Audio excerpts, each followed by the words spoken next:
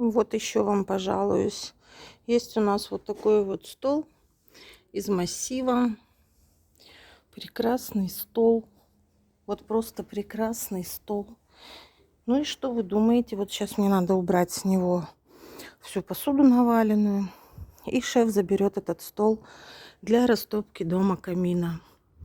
Понимаете? Все потому, что вы не пришли и не купили его за копейки. Вот так. Пойдет на растопку.